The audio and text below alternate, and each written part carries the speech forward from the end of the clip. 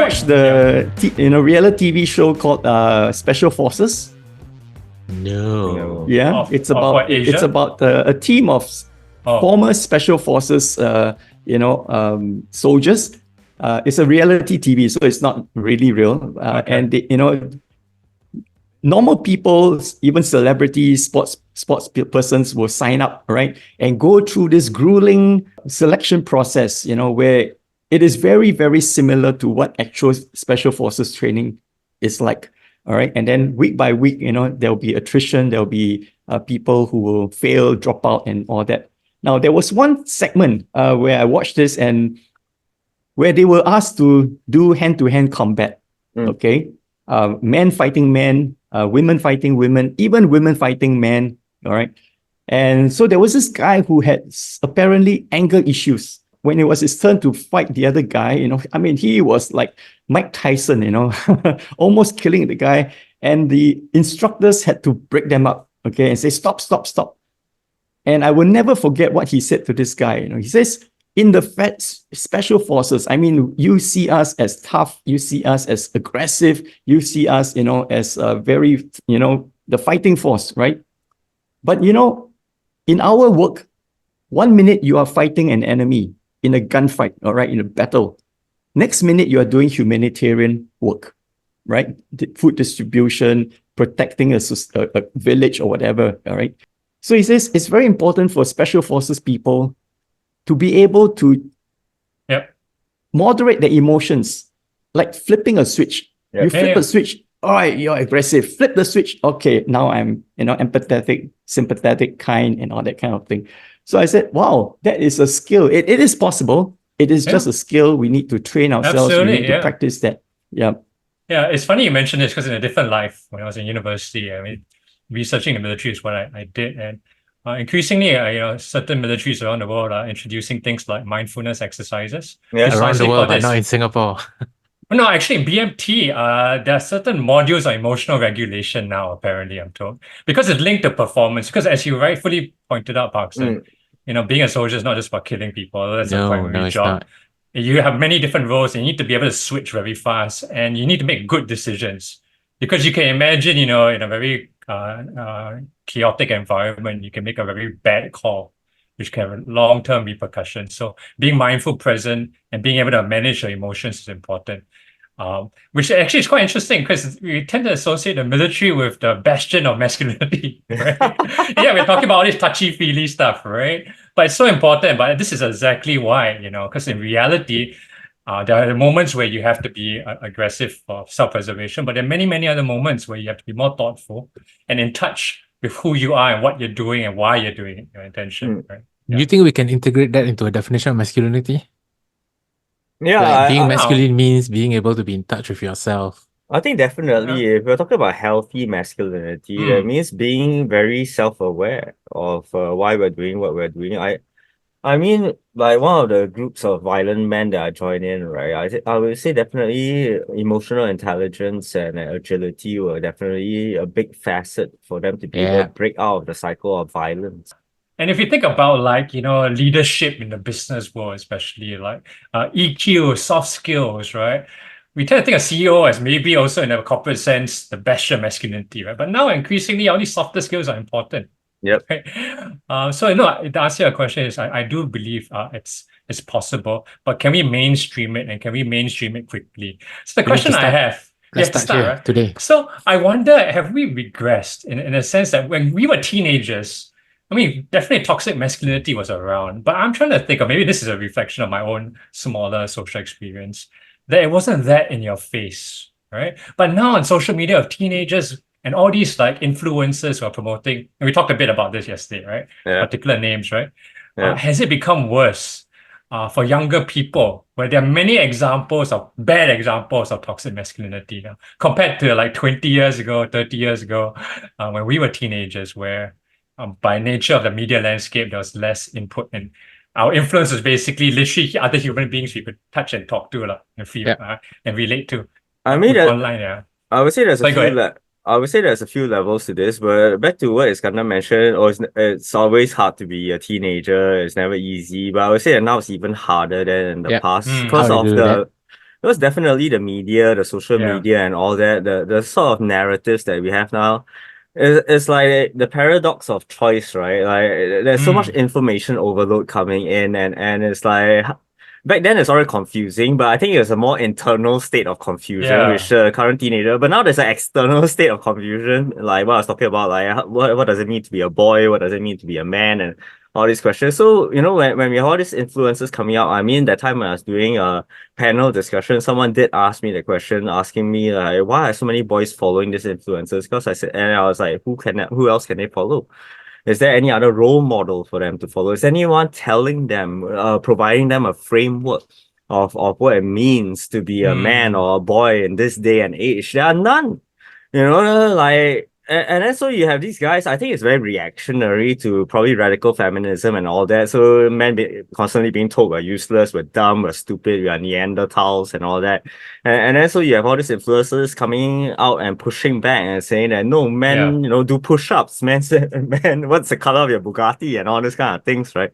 And one of the things that I like to talk about sometimes when I give talks, to teenagers and all that, and I talk a lot about these things about the importance of being socially connected, of having friendships and all these kind of things. And another topic that I like to talk about also is about the whole alpha male idea, which has been debunked, right? The original study. It's a myth. It's a myth. Yeah. Yeah, the Schenkel study in 1934 was based on wolves in captivity under rough conditions, and they were unrelated wolves. So the equivalent of that is actually studying people who are living in prison and basing off that to say that human beings behave a certain way, right?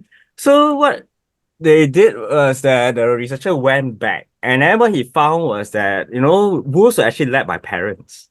Yeah. A pack of wolves is led by parents, and they do fight. But most fights are actually between different packs. It's not infighting. It's fighting to protect their territory.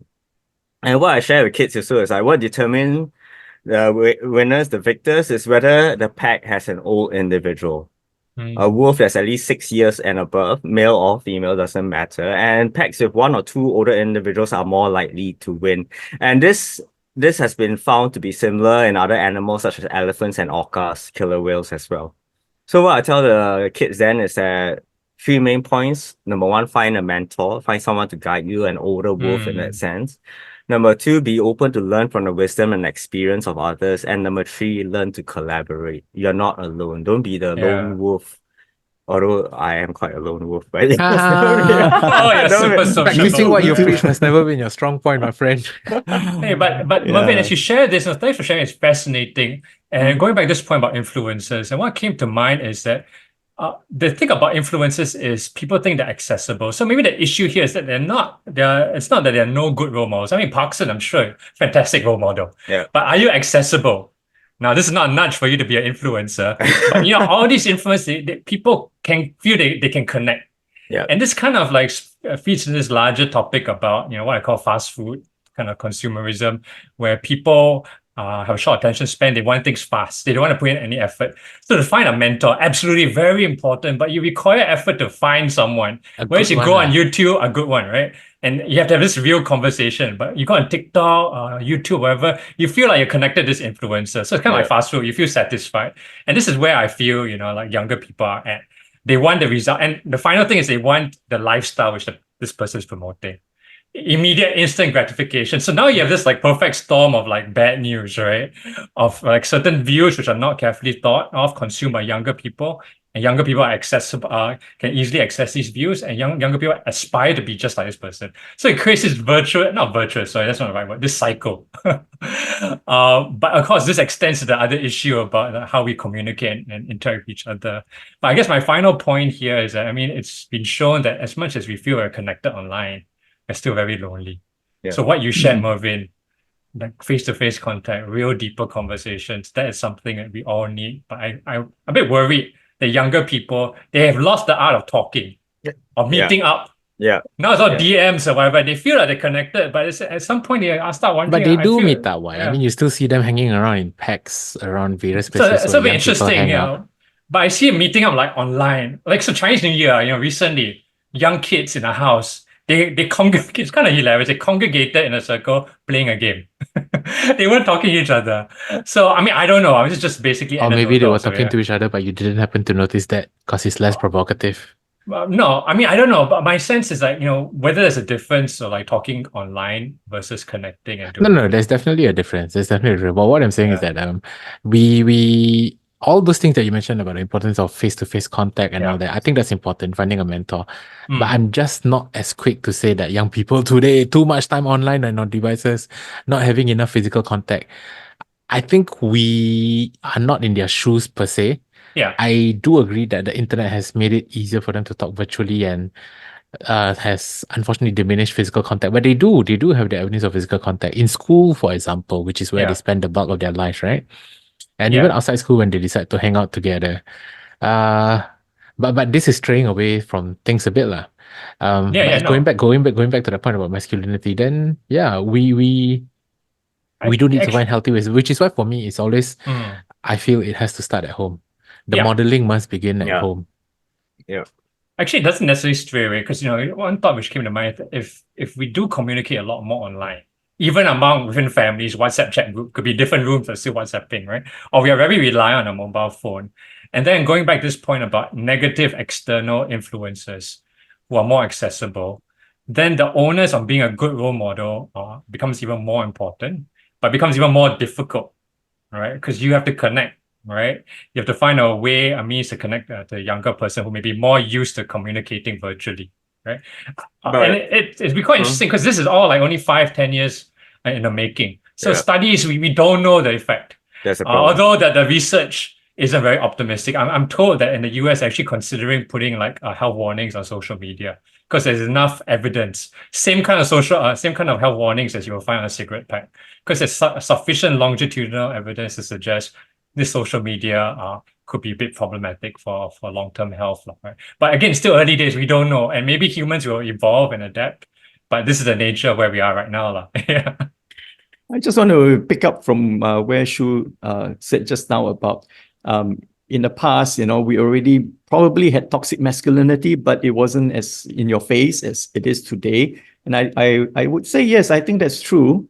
And what came to my mind is the difference between self-consciousness and self-awareness, right? When you're hearing everybody talking about toxic masculinity is this and that, and as a male, you begin to become self-conscious, right? And everything you say, everything you do, you begin to kind of check yourself and, self-doubt and am I, how would people see this? Are they thinking that I'm, displaying toxic masculinity? That's self-consciousness, and self-consciousness can be paralyzing, can be crippling, right? And what we want is for our boys and our young men and adults, male, to have more self-awareness, right? Understand what is being human, what is it being a sympathetic, empathetic, kind, charitable, considerate, all the good things, right? Balance it up, all right? And what does it look like? What kind of a person such a person looks like? And strive to become that, right? And so you have a internal compass, whether it's a moral compass, character compass, whatever you want to call it, and we are guided by that. So it's more self-awareness rather than self-consciousness. Well, so quickly 1 hour has passed. I think we can actually go on for another 5 hours, but easily. We warned you. This is what would happen. I mean, I feel there's so much more to this that we haven't spoken about, right? We can do part 2 next time. I think one of the things that I really want to talk about is vulnerability as a man, which I feel is a very important thing, and probably that one will take up another God knows half an hour or something like that, right? But let's do that. I think vulnerability, yes, it's a very important thing. How can we help men, or how can men help themselves to become more vulnerable? Yeah, I think it ties to the emotional aspect of things, right? Because if we can't, like, when we are sad, or when bad things happen and we are overwhelmed, can men express that safely? Can we actually say that and not be judged and receive the support, the emotional support that we need? It's like I was sharing at Iskandar and I were at the Ordinary Dads on Tuesday, and I was sharing how my daughter, she was like, oh, she was saying she couldn't see me over the weekend, and I was like, why? And she was like, oh, I'm too lazy to say, I'm too lazy to type, and I got frustrated. I got a bit angry, and then I asked myself, why am I feeling frustrated? Why am I feeling angry? And the answer was that because I felt sad. And I told her that. I was like, when you do this, I feel sad. And the next one was a bit funny. But then she was like, okay, I'm going for a birthday party and a dinner. And I was like, okay, can I come along? And then Iskandar was like, yeah, that's why she doesn't want to tell you where she's going. The creepy man in the background. No, I'm the cool dad. Her friends like me a Yeah, lot. no, that's the whole point. The daughter So you doesn't want think, him to know. Huh? yeah, She's yeah. gonna steal her spotlight. And she's a teenager. She wants that spotlight for herself. No, but I yeah. mean the ability to say that I'm sad, to tell my daughter that, hey, you did something that made me sad. Like hey, it took It's a lot difficult, of right? It doesn't come yeah, as second yeah, nature. Yeah, yeah. I had similarly. to think about it. I had to ask myself questions. I had to be brave to But you see, it all it Mhm. takes is one time, and you have that self-awareness. Yep. Then from there on, it's much easier, right? So how do you get that self-awareness? Either, for example, Mervin, who, discovered it himself, or somebody helping you. It could be a therapist, could be just a friend, who has that emotional intelligence and self-awareness as well to guide you to discover, all right, what is, so they call it the anger iceberg, right? What you see above the surface is just expressions of anger. But what's really underneath could be shame, could be sadness, could be a lot of things, all right? But because, again, it's social conditioning, right? The only acceptable expression of emotion that, coming from boys is anger, so everything gets translated into anger, and then we kind of blow up. So men need that help, and preferably we start from young age, all right, to have that emotional intelligence, to have that, somebody call it emotional diversity, all right, the experience of the whole range of emotions, okay? And so telling a boy, don't cry, or boys don't cry, or men don't cry, you are already limiting, the diversity of emotions that boy is allowed to feel. So he Yes. grows up a handicap in that sense. It's like with one arm only and not the other.